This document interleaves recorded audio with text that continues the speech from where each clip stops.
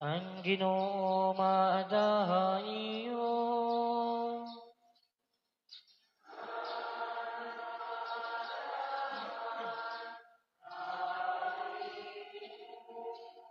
Pagbasa ti Santos nga Ebanghelyo.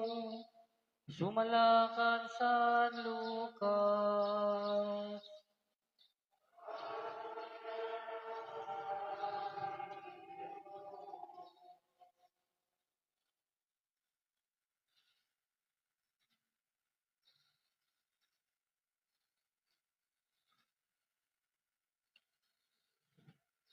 Nagkaada hinlantugi ang mga tinunan, kunhin o hairaan gilalabawi.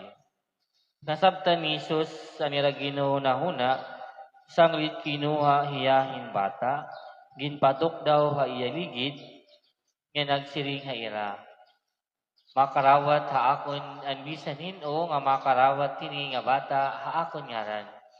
Ngan makarawat liwat hanagsugo haakon ang bisan hino nga makarawat haakon.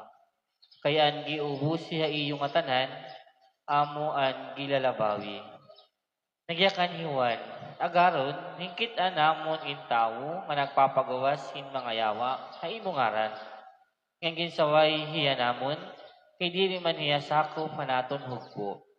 Nagsiring Jesus sa iya, nga iba nga mga tinunan.